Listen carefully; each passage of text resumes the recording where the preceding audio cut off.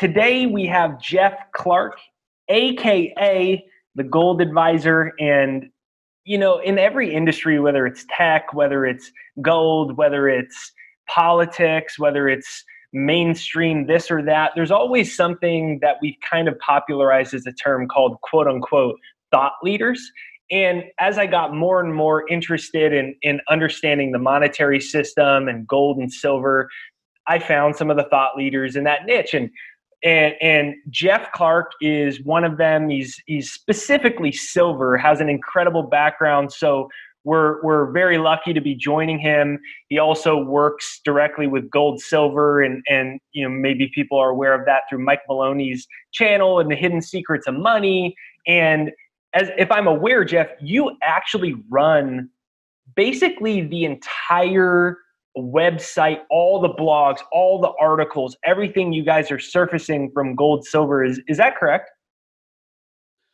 Well, I don't run it. We have a whole team. We have a content management team, marketing, and all that. I do a lot of the research and a lot of the articles. So most of the original research you'll see in our site comes from there. Mike Maloney, who's the founder of the company, he does a lot of videos and things like that.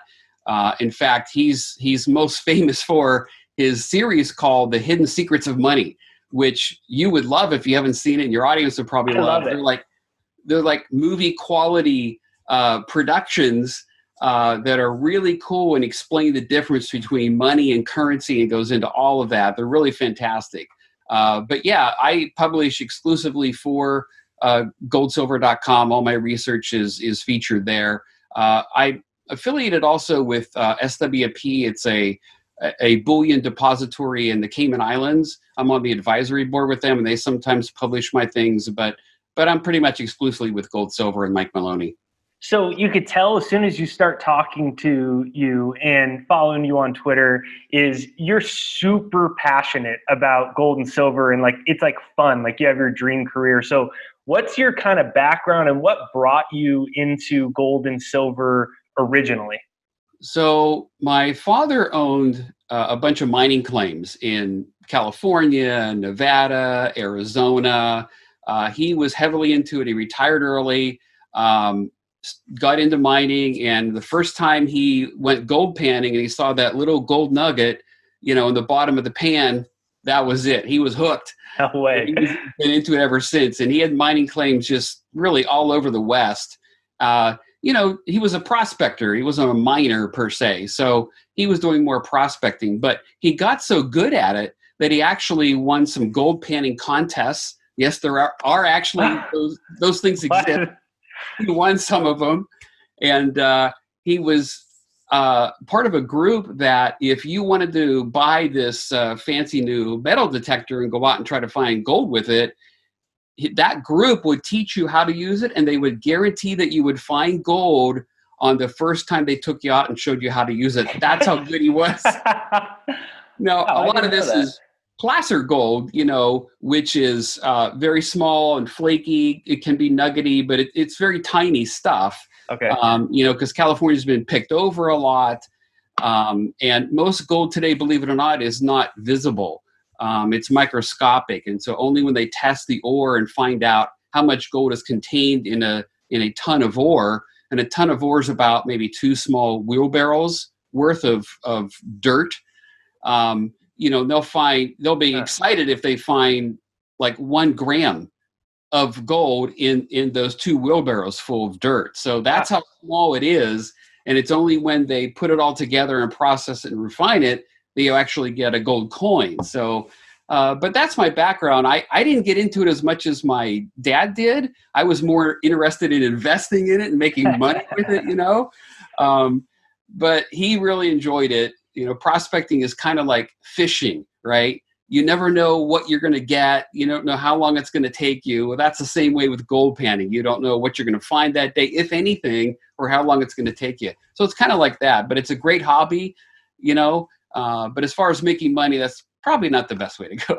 What? That is so cool. Out of all the videos that I'd watch you, I didn't know that. I had no idea about that. Is so cool about your dad and kind of being brought up in into that. That's so fascinating. So this is just once you did you start originally when you were 18, 19, 20 years old, right out of high school or college? Did you have a previous career before and then you brought yourself back into gold? How did that all come about? Yeah, I had a previous career. I have a master's degree in counseling psychology. That and $1 will get you a cup of coffee anywhere. It just really wasn't that great.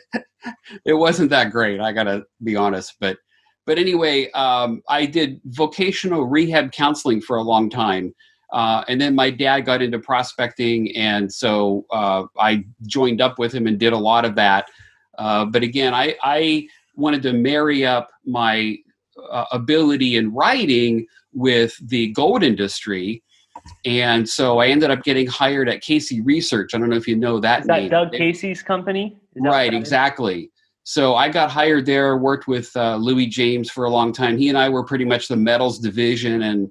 And you know, I mean this humbly, but we became a force to be reckoned with. You know, we had some excellent research and I loved diving into it. I loved finding things out and researching it and thinking of things other people hadn't thought of, you know. So it was a lot of fun and I learned a lot. And so that's why I'm really into mining stocks too.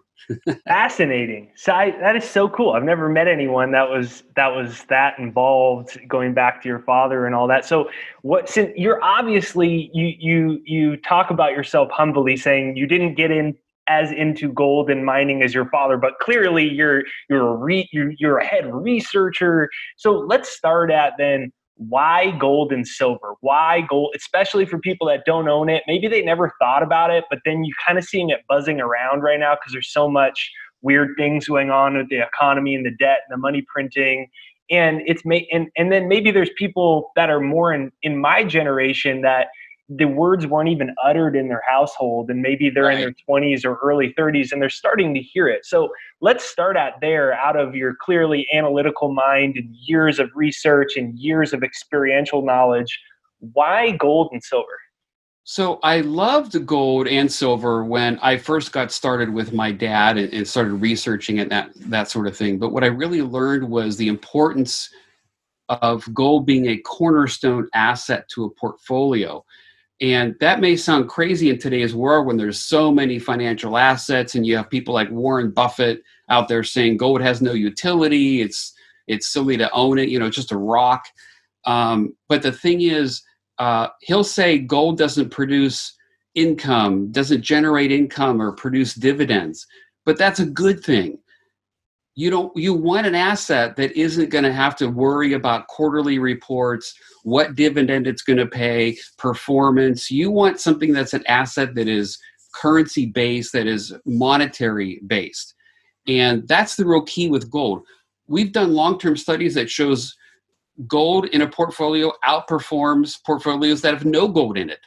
This is a factual, research-based back study that we did over decades.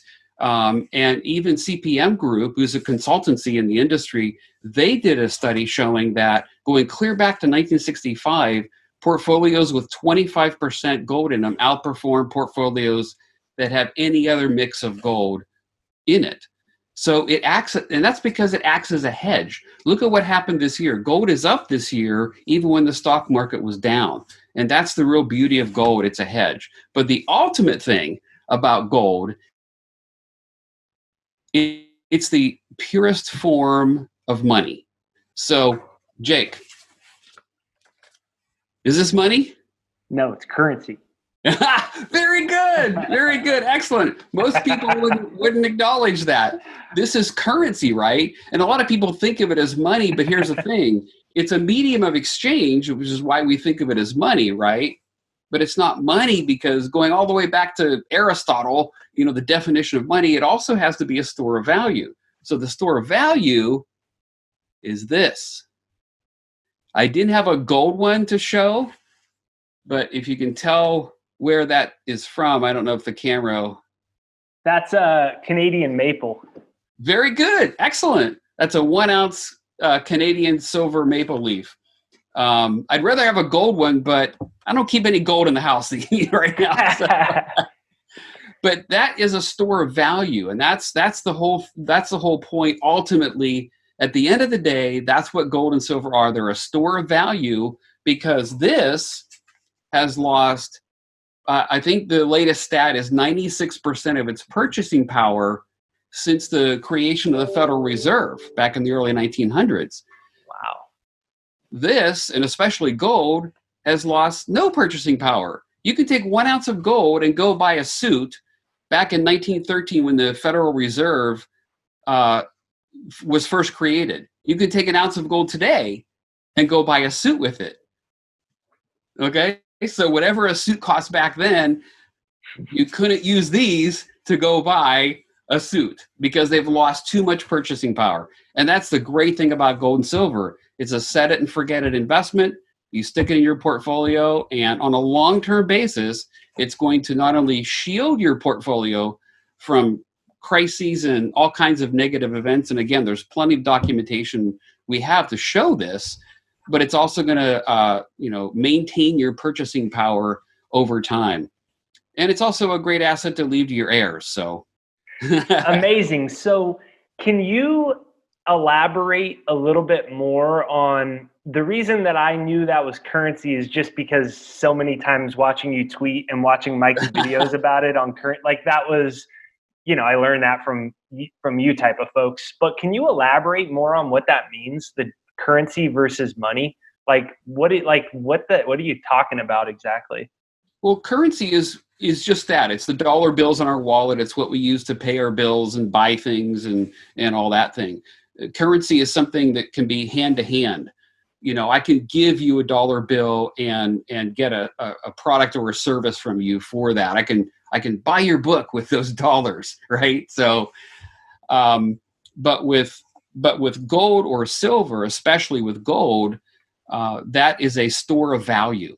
So it's going to maintain its purchasing power over long periods of time. And that's the critical difference. And again, that was one of the definitions, Aristotle came up with. It has to be a store of value. True money has to be a store of value. So currency, the interesting thing about all this, Jake, is that today, all currencies are fiat, meaning they're all paper notes that are money because governments and central bankers say it is. And here's the interesting thing. We've never been on a full 100% fiat-based currency system in history until now. And so that's like, whoa, there's always been somewhere in the world someone has had a non-fiat based. In other words, it was backed by gold or backed by silver or backed by both or backed by something else, or in some other way it was supported other than just a piece of paper and the government saying it was money. So all throughout human history, this has never occurred since they took us off the gold standard in 1971. So that was the first time? That's correct. Huh. That's right. Nixon removed gold convertibility. That made the dollar purely fiat, and all other currencies are fiat today. There's always been somewhere in the world that someone's had a gold-backed currency or silver or whatever. Again, since Nixon took us off, this is the first time in human recorded history that we're in a completely 100% fiat-based system. So now we don't know what the ramifications of all this are, how this is all going to play out. And so for the first time in history, it's actually more important to own gold now than it was maybe in previous times. So it's really going to be interesting over the next few years, especially when you have the Fed printing currency, driving rates down, buying all kinds of assets. They're buying junk bonds. The Fed is buying them. I mean, that's kind of insane. So we don't know how this is going to end, but I feel much better with a portion of my finances denominated in physical gold and silver than I do solely in fiat-based currency. So how about somebody says back to that, very interesting, Jeff, totally can see what you're saying, but look, there was a lot of problems when we had hard money gold back system, and because the population's so big, we need a fiat currency to print all this money. And look, you guys have been saying as gold bugs that we were going to have a destruction of the thing during 2008, 2009 when they did $800 billion. Look, we still haven't had any inflation, everything's fine. The stock market's doing great. And besides, all you need to do is just kind of just keep following what's happening, and they have it under control. And if you're owning gold, everyone says it's always going to take off, and it never does, and everything will be fine. Like, what's your response kind of to that type of? Well, gold has taken off. It did from 2009 to 2011. It more than doubled. Silver went up 4 or 5 times. I forget the exact percentage. So it's done all that. But the issue right now, pardon me, is risk. Is what you have too much risk in the system right now. We have a debt-based or a credit-based monetary system, and that introduces a lot of risk. The purpose of gold isn't really to make money, though. It's really to preserve wealth. It represents wealth. And I understand the argument that some people don't see the need to own gold because nothing really bad has happened. But we're inching toward a system where it's getting more and more risky all the time. And it's better to have some sort of monetary system that would protect you against that. And by that, I mean you having your own monetary system, owning some gold and silver, because politicians aren't really going to go back and do that. There are studies on both sides saying it was the gold standard's fault that led to the Great Depression. There's other studies showing gold had nothing to do with it. It was, other issues. So there are arguments on both sides. It's a whole other topic, but I'm not pushing a gold standard. And actually, I'm a temporary gold bug. Let's put it that way. So when gold and silver become overvalued, dramatically overvalued, especially relative to other assets, I'll be exiting the industry. I'll be selling, 90% of my gold and silver, 90% of my mining stocks, because when they get over, every asset trades, they trade on an exchange, right? So they can go into bubbles. Gold and silver have been in bubbles many times throughout history. I think they're going to go into a bubble again.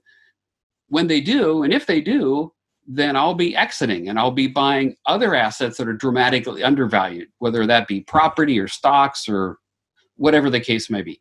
So let's talk about your philosophy of holding, and as it pertains to, you said eventually it entering a bubble. So you're talking first and foremost about holding physical, but you also have mentioned now mining stocks a couple times. So what's your philosophy on somebody that's wants to be involved in gold and silver and understanding the different aspects of it? Some people say you shouldn't own any mining stocks at all, and you do. And so maybe you could elaborate on your philosophy with regards to that. Yeah, that's a good question, because gold and gold stocks are two different asset classes. When you buy gold, you're essentially buying real money. If you buy the physical gold or silver, you're buying real money. You're buying an asset that you can use in an emergency, whether that emergency is for yourself or an economic emergency or whatever the case may be. But when you buy gold stocks, you're actually investing in, obviously, the shares of a mining company. And now you're speculating that management company and that stock is going to go up in value because of X, Y, or Z. You don't own any gold when you buy a mining stock. You can never get any gold. Even if they're producing gold, you can't get any. All you own is shares in a company, just like you would if you bought Apple Computer. It's no different. You're investing in a company, though, that is either producing gold or trying to find gold. And that's what your investment is in. And so that's a very different asset class than buying real money itself. Interesting. So when you say that eventually you'll exit, will you exit out of your physical holdings as well as your mining? So it'll be both your physical gold and your physical silver. When it gets to a point that it's too overvalued, you'll do both of them, sell physical gold and mining stocks? I would sell most of it. I'll probably keep some of it. But the idea is that I want to capitalize on the wealth transfer. If these assets get really overvalued, I can sell them at a high price and buy these assets that are low value or undervalued and get them a lot cheaper. I have a friend in the Cayman Islands that he wants to take his gold and silver someday and buy a nice big fancy yacht. he thinks gold's going to go to 5,000 or whatever he thinks, I forget. And yachts, he thinks are going to fall by at least 50% in price. So if you have that, he's going to get that yacht a lot cheaper, right? That's funny. So that's what he's trying to do. That's just a kind of a silly example, but that's the idea. Is I want to capitalize on it. I want to build wealth, and I want to keep that wealth. Huh. And here's the key: if gold and silver prices go parabolic, you got to exit. You got to take the profits. You got to sell. And we don't know if that's going to happen. I think there's a reasonable chance that will happen. But however it plays out, if it goes into a bubble, think like, the NASDAQ in the year 2000, leading up at the end of the 90s there. That's probably, you're too young to remember that. But, the NASDAQ was clearly, internet stocks clearly went into a bubble. People were quitting work to go buy NASDAQ stocks and trade NASDAQ stocks. When you see that happening in the gold sector, that'll be your clue that we're on the final approach, So, very interesting. So could you elaborate? You use a term a lot. You, Mike Maloney, and the entire gold silver brand uses a term called wealth transfer a lot. And you kind of started to talk about it. Could you explain what that means to you and how that is relevant in our world today and that whole wealth? Because it's such a cool concept, wealth transfer. Yeah, Mike is actually writing a book that will include this in great detail. He's going to go into it in great detail. But the idea is that, investors that hold assets that are losing value versus investors that are holding assets that are gaining in value. And again, if they get overvalued, you can sell them to buy the undervalued asset. And that wealth is transferred from the people who refuse to give up, to the people that, have assets that are overvalued and have the money to go in and buy them, which in this situation, I think is going to be those who own gold and silver and maybe the stocks. So I think that's going to, those people, the wealth from around the world will be transferred. It won't disappear.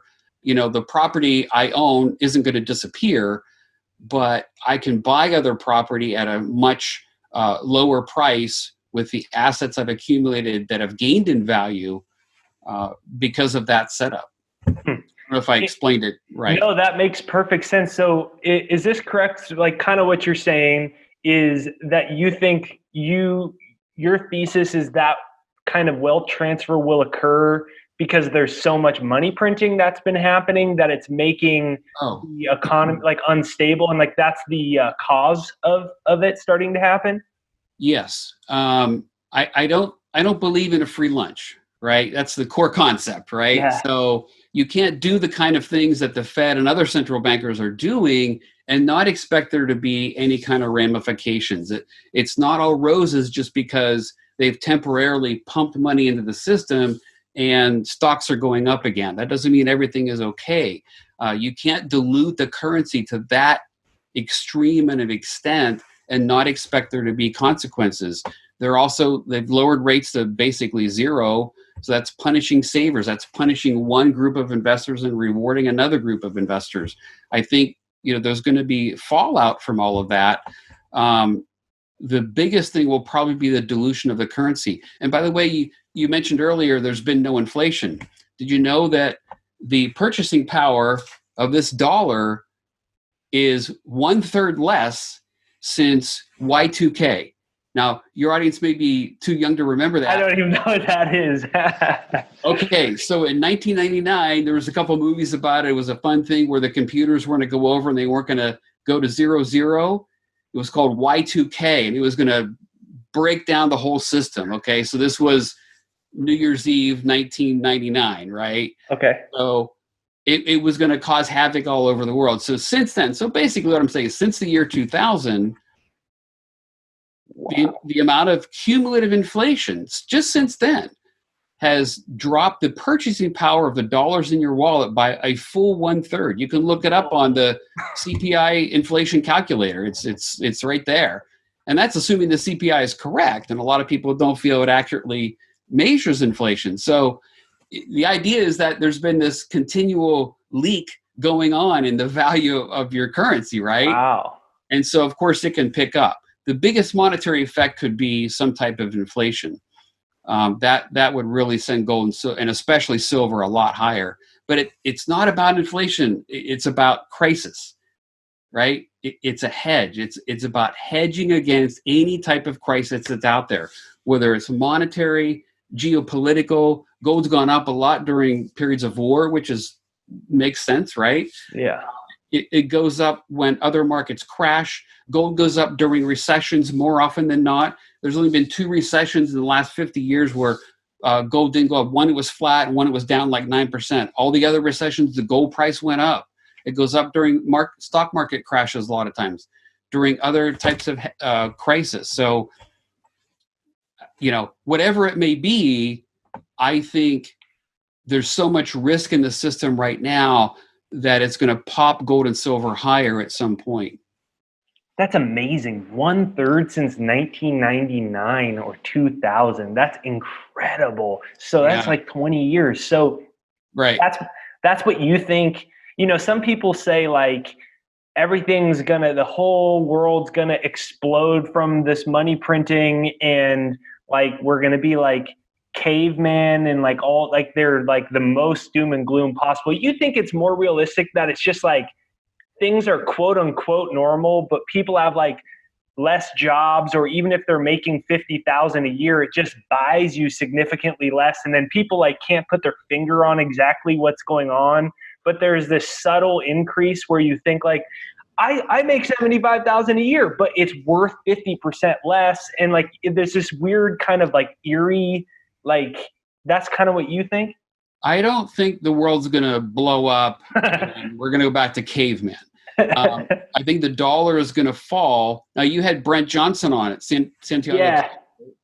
Brent's a friend of mine, great guy. I agree with him. The dollar's probably going to go up in value over the next year or two, whatever. And like he said, you got to own some gold. It's the ultimate insurance, right? But when the dollar rolls over, it's the reserve currency of the world. It's the last man standing. It's what everybody rushes into, and they will rush into it again in the next crisis. But at some point, it's going to become so diluted that confidence in it is probably going to be shaken. And when that happens, that's when there's going to be some serious monetary upheaval. There'll definitely be a crisis or a series of crises surrounding that. And that's going to be a dangerous time. And that's going to be a time where you don't want to be in dollars that much. You want to be out of dollars. And by then you want to have your gold and silver already bought. You don't want to wait till then. And look, I know, a fair amount of people in the industry, and I meet with hedge fund managers and things like that. And these guys all acknowledge that the debt-based system we have can't gonna last. But they all tell me the same thing. Well, we got to dance while the music's playing, meaning they got to keep buying Apple and Google and Microsoft and all these stocks because that's where the money is. That's how they make money. They're judged on performance. They've got to, if the stock market's rising, they better be in it. But they all acknowledge that this system can't last the way it is. And at some point, and it's probably a year or two, maybe even 3 off, I don't know, but at some point, the system, the way it's currently designed, can't last. It can't sustain itself. There's too much dilution. There's too much debt. That leaves no options. What's the Fed going to do? They're already at zero, right? They don't have very many options left, right? They'll get real creative and they'll come up with some fancy new names, but ultimately it's not going to work when you do this to your currency, and that's going to have some effects. And that's why I think it's very wise to be, let's put it this way, be overweight gold at this point in history as opposed to underweight gold. At least that's how I'm investing. Yeah, that's kind of how I am too. So do you think it's possible, and you see it on Twitter a lot when I read people's, people like your page's comments and Mike and Brent, people like those comments, people will say, you've been saying this for 40 years and it never happened. You're underestimating the Fed. Do you think that it's just like this could actually, we're totally being so rational that this could go on far past your life and my life without any serious ramifications? Yeah, theoretically it could, yeah. But look at the amount of intervention the Fed has taken recently. Back in 2000, that you would have never seen the Federal Reserve, the central bank of the United States, the most powerful country in the world, do these kind of things. Here's an example. I was at a conference. It was mostly bankers about, I forget, maybe 10 years ago, 12 years ago. And the joke was negative interest rates. Ha, ha, ha, ha. That's a joke. Nobody would ever do that. That was just 10 years ago or whatever it was. And yet here we are. Wow. You have more government sovereign bonds with negative rates than you do with positive rates. I mean, it's insane. Trillion-dollar deficits, multi-trillion-dollar spending plans, debt that can never be repaid. Try this one on. The debt that we currently have, and this is just the United States, not the globe, the debt can never be repaid. Mathematically, the debt can never be repaid. So if you believe in math, like Brent Johnson likes to say, you have to believe in gold because it can't be repaid. The only solution is to keep printing money. The Fed is showing us their playbook, right? We know what they're going to do now. They're going to drive rates low. They're going to print money, or I should say print currency, right? That's funny. That's so interesting. Yeah. So go ahead, please. Oh, I was just going to say, so that's my answer. You can't do these things forever and expect there to be no ramifications from it. And so I know there were people long before me, even Doug Casey himself, saying the system couldn't work. But, when he was starting to say those things, gold was $255 an ounce. Wow.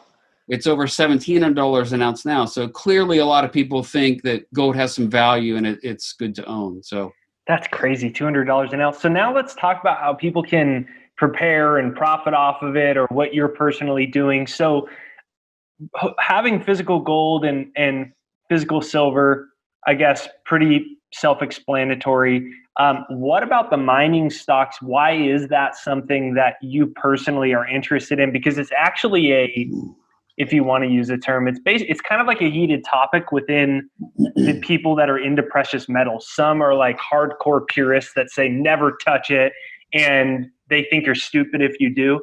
And then, you have a lot of fantastic presentations online, especially about silver stocks, but we'll talk about silver here shortly. First of all, why mining stocks? Why is that something that you find attractive?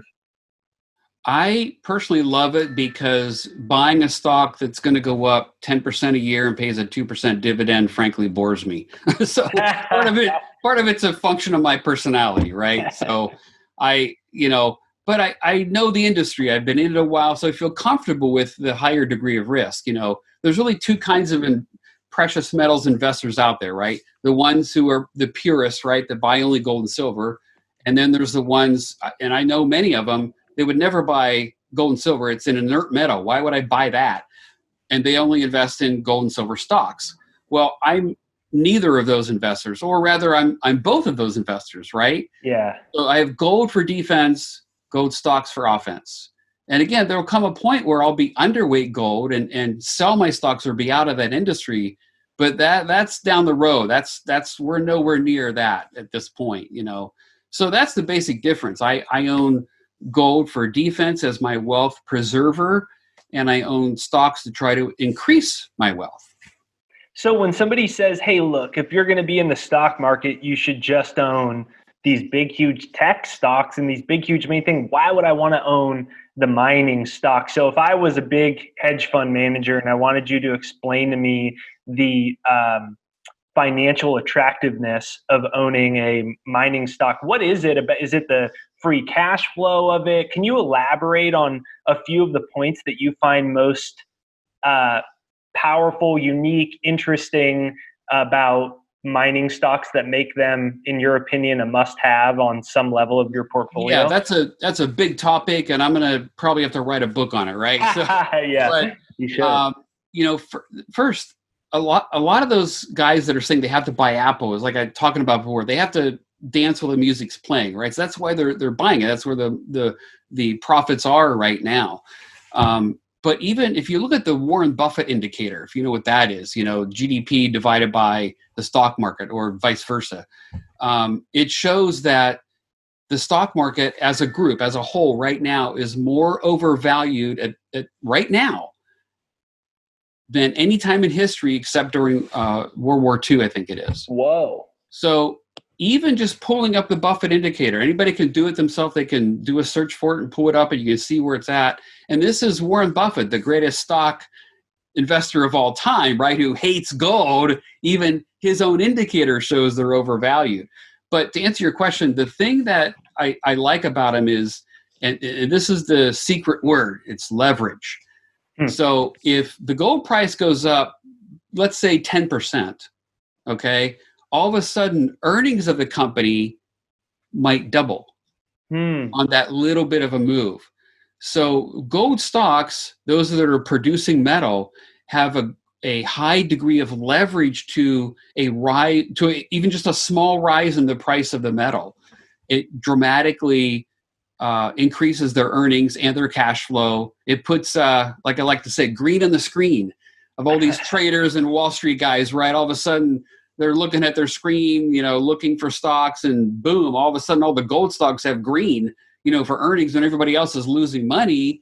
And that's because just a small rise in the gold price can really push up earnings. So that's the attraction about the producers. But my favorite mining stock investment, if you want to know that, is the pre-producer. So it's the company that, and I think you and I've talked about this on Twitter a little bit, but it's a company that has found a deposit. They're going to build a mine. They know it's going to be a mine and spit out money, right? Spit out profits or generate revenue.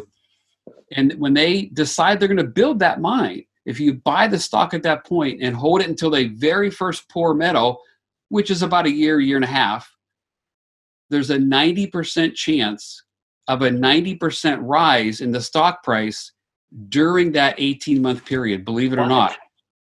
It's true. The researchers bore it out. And this is all from Louis James at Casey Research, who I used to work for. He's now on his own independentspeculator.com.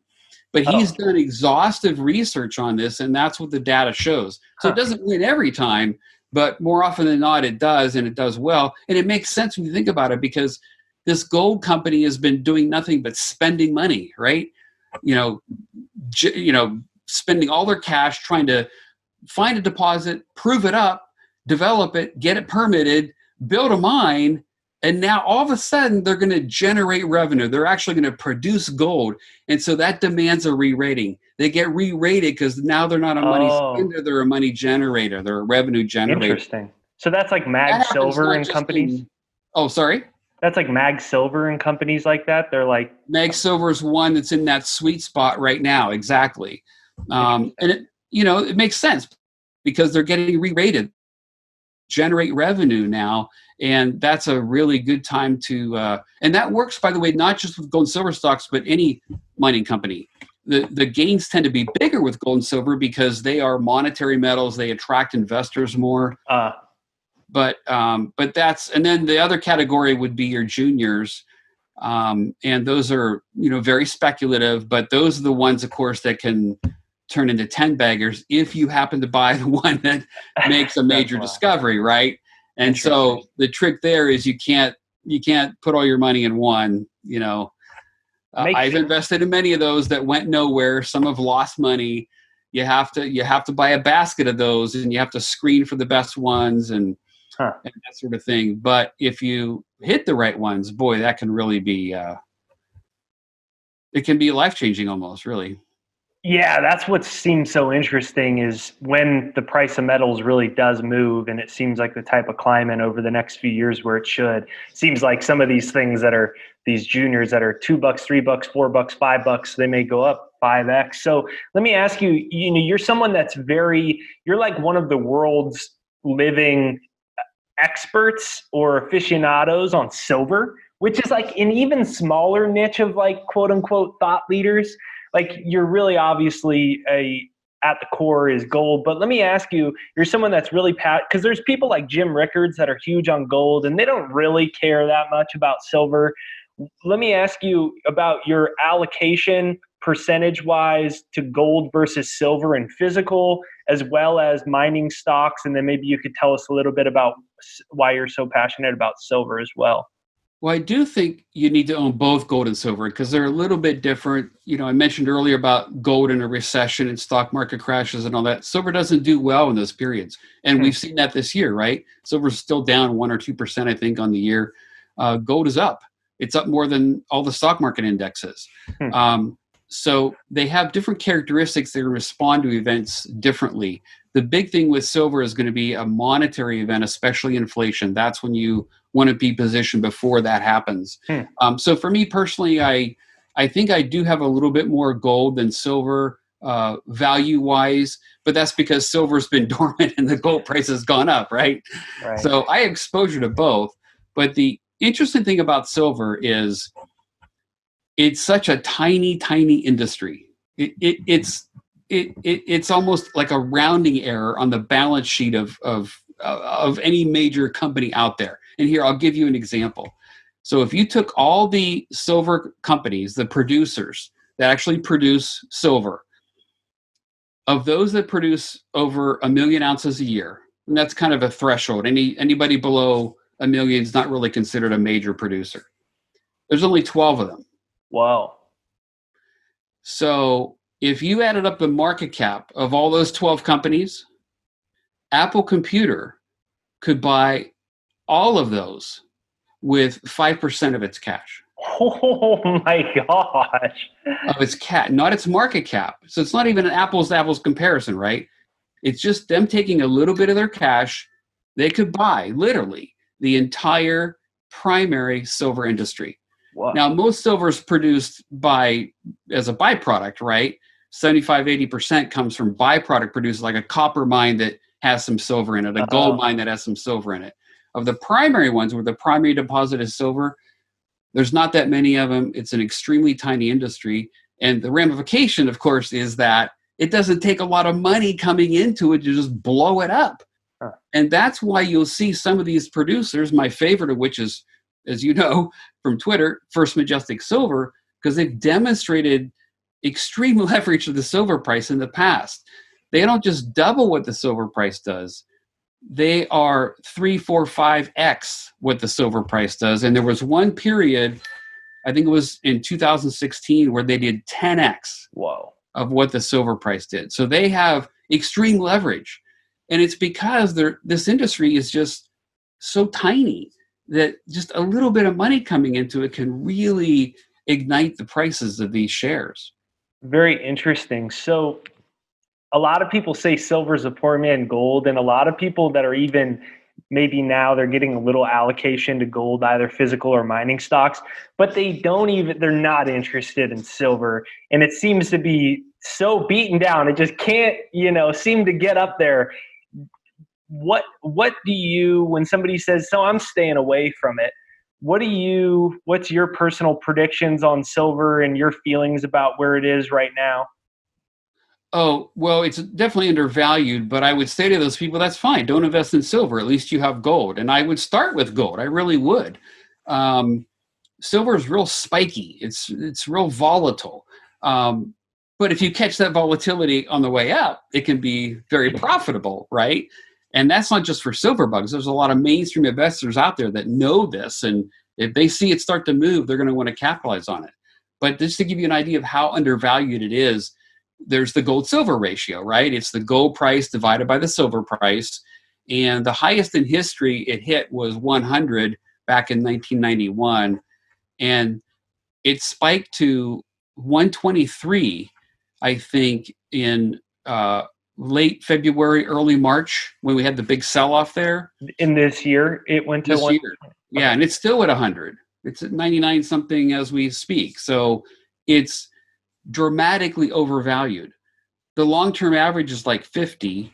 It's been as low as 20 in 1980 when we had the biggest run-up, the biggest bull market in gold and silver history, peaked in 1980. The gold-silver ratio then was, I think it was 17. Whoa, that's crazy. So that just shows you how undervalued silver is relative to the gold price. It's also undervalued relative to the S&P and the stock markets and all that pretty dramatically. So no matter how you slice it, silver is really undervalued. So for someone who wants to buy the poor man's gold, this really is a good time. And this is just my opinion, but this door will not be open forever. There's going to come a point where it's going to go on a run, and it'll be too late because everybody will be buying, the price will be spiking, the premiums will be rising like we've seen, and it'll be too late. So you have to buy, just like you have to buy your insurance before the house catches fire, right? Same with silver. It's so spiky and so volatile, you got to buy it before that happens. And that could be a year or two away. I don't know. But I'm going to definitely be long because I think I'm going to benefit from it financially. Interesting. So what do you think is the cause of silver being so, you said it's never been basically this low, and not that long ago it was more towards 50 to 1 or 75 to 1. Now it's over 100. What do you think's causing it? And do you think that these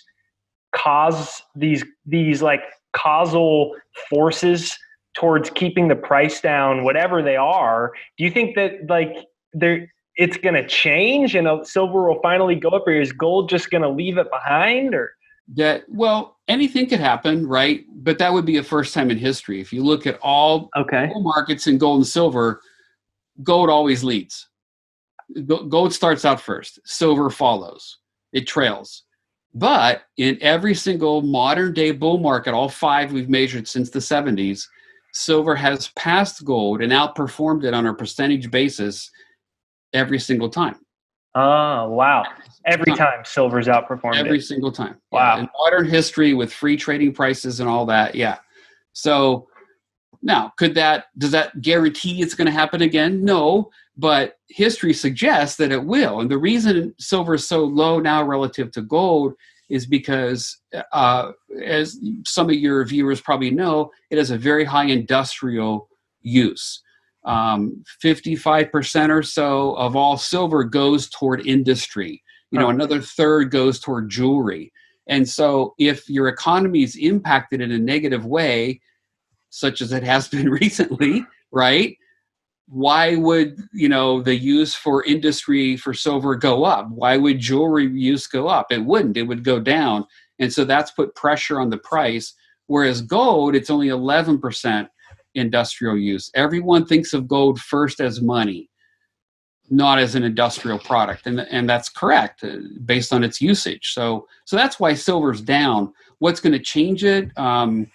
I really think it's going to have to be something that impacts us in a monetary way. The most obvious thing being inflation.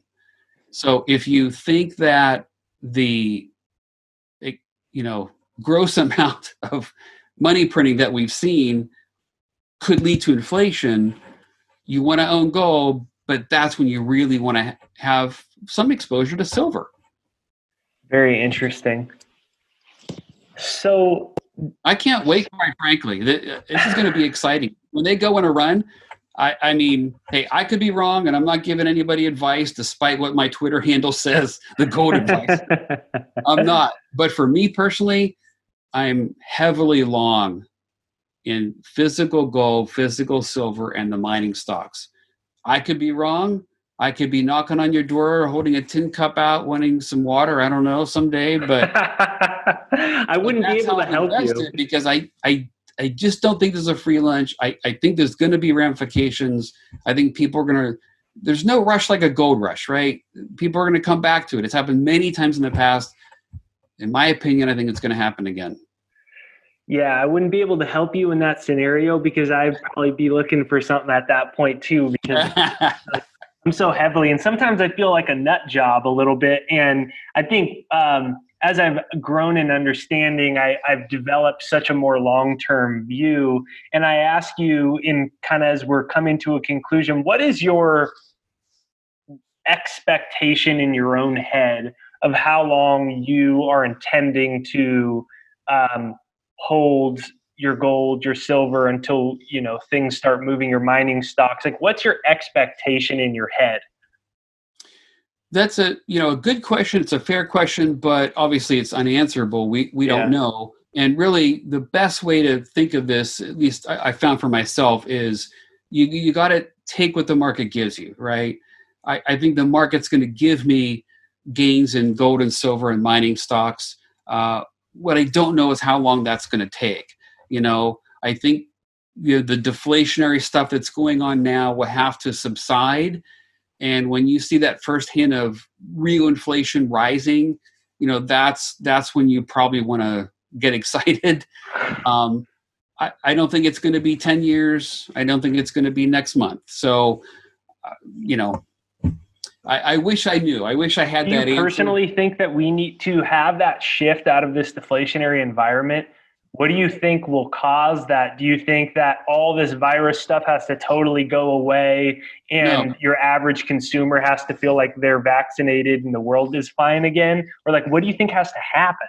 That could be it, or it could be a stagflation. In fact, remember in the 1970s, if you've looked at history, that's when gold and silver did its best, was during stagflation. We had 2 different recessions that decade.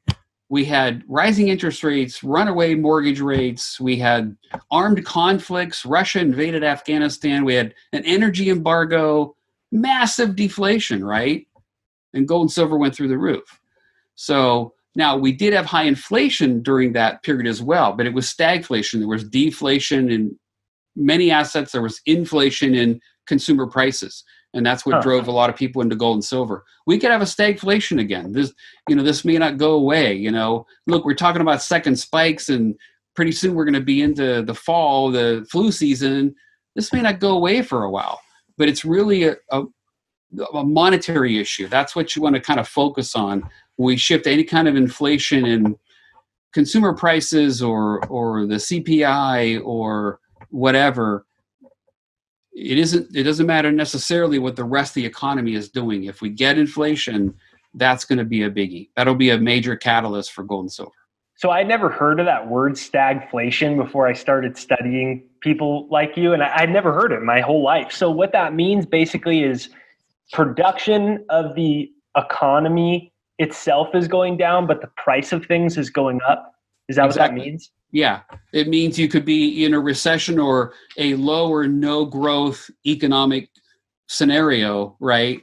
And yet prices are going up, and that's exactly what happened in the 1970s. Yeah. So that's a scary little situation, huh? Yeah, that we could see that again. We could see just outright inflation. We could see some kind of Japan thing where we're stuck in deflation for a long period of time. But again, what do prices do? That's what's really going to come down to. Because you could have deflation, but prices going up. That's pretty interesting, right? Yeah, that's exactly what stagflation is. It's happened before. And yeah, I'm not saying that's what's going to happen. I'm just saying that's one way this could play out, that could, the economy is not really all that improved, and yet gold and silver prices are going through the roof, So do you attach to price? Do you have a price hypothesis in your own head for gold and silver, or are you totally like the Buddha and you're like whatever the market gives me? What's your thought on that?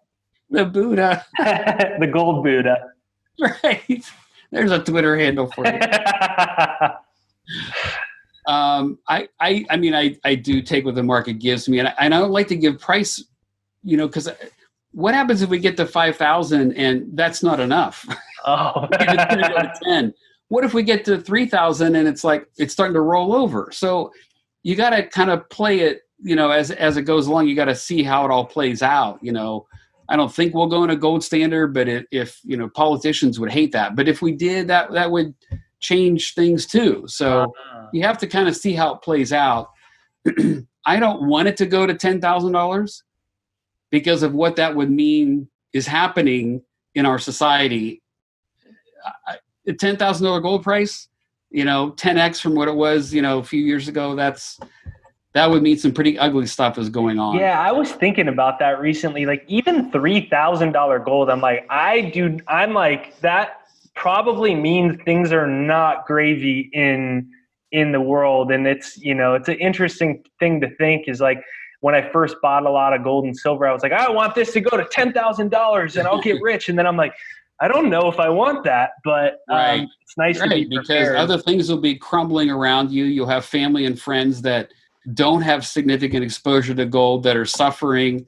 Yeah. Society could be breaking down. It could be really ugly. So I hope it doesn't go that high. So So I'll when say 3,000. three, okay, cool. All right, thanks, Gold Buddha. So let me ask you, in conclusion, like here, there's so much going on in the world, right? We have there was just today, we're filming this on a Thursday, which is when they do the unemployment claims numbers. So now it's totally glossed over. Gold didn't even move on 1.5 million unemployment claims, which is shocking to me. But there's so much going on with unemployment and all this type of uncertainty. And we've talked about gold potentially having allocation of physical silver and mining stocks. What are some, in your own humble opinion, or if you were talking to your 20-year-old nephew and you're being that good uncle, what would you be telling somebody is important things to prepare for clearly a changing world other than gold and silver? Is there any other things that you think are important for people to be considering? Because I like to make sure everyone this leaves with like maybe some tactful things they can apply. What do you think? Off the top of my head, I would say a transferable skill, something that you can do that you're good at, and that hopefully you enjoy, that you can take anywhere. Whether you live in a big city or a small town, or you decide to go overseas, I think having a skill that is going to be in demand and that industry and businesses and people are going to want and need. Let's hope this doesn't last too long, this ugly period we're kind of going through. But if it does, I think that's one thing you're going to want.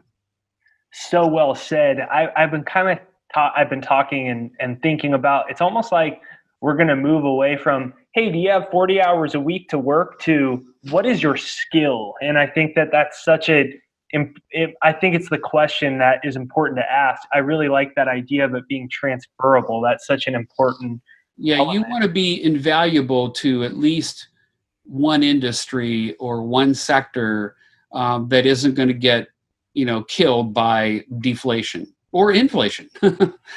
You want a skill you can take with you.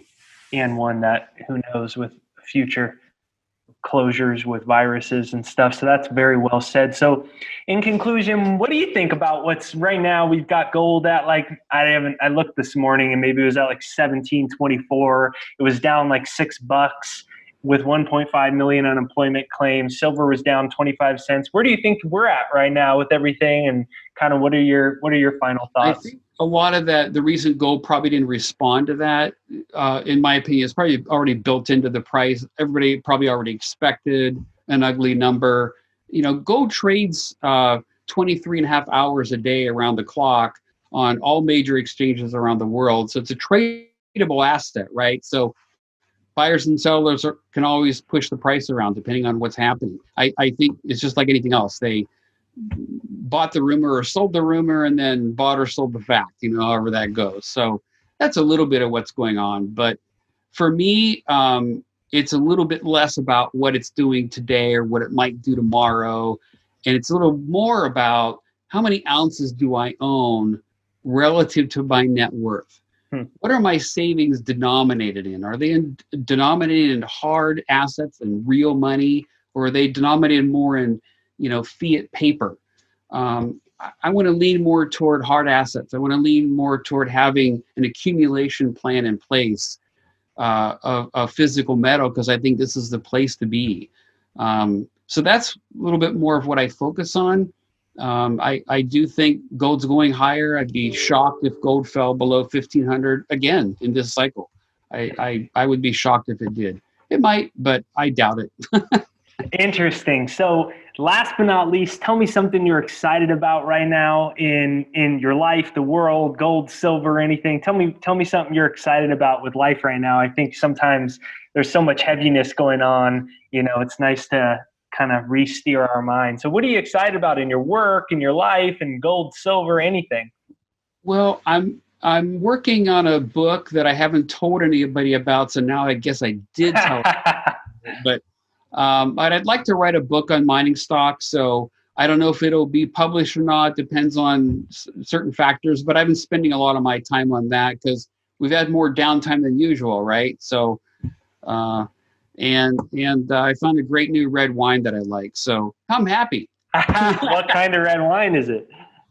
Oh, I'm kind of a cab guy. So, oh, cool. Yeah.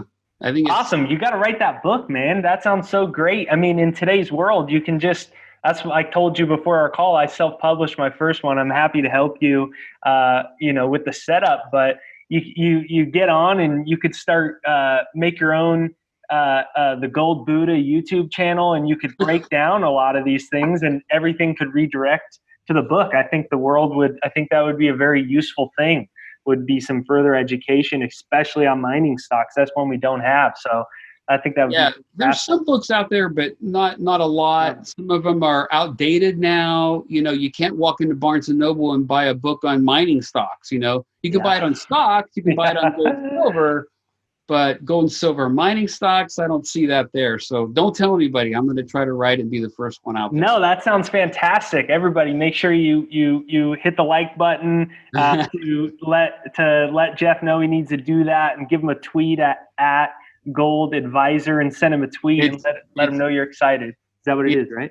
At the Gold Advisor. Gold Advisor. Okay, fantastic. I put the in there, or it goes to somebody else. So Jeff Clark, I'll put a link to a couple more. You have an amazing speech on silver stocks, a couple of them actually, that were really great. I'll put those links in for anybody else that wants to learn more. And I guess people come over and go to the Gold Advisor to keep up with a lot of your happenings and thoughts. Yeah, I do post my buys and sells there just because I've told people that I would, because I don't have a mining stock newsletter. So I just told people that I did. So I just did a tweet, I think, what's today, Thursday? So I think Monday or Tuesday on a couple of buys and sells I had. So I do try to be honest and update people when I buy or sell something there. But so for what it's worth. Fantastic. Thank you so much. I truly appreciate it.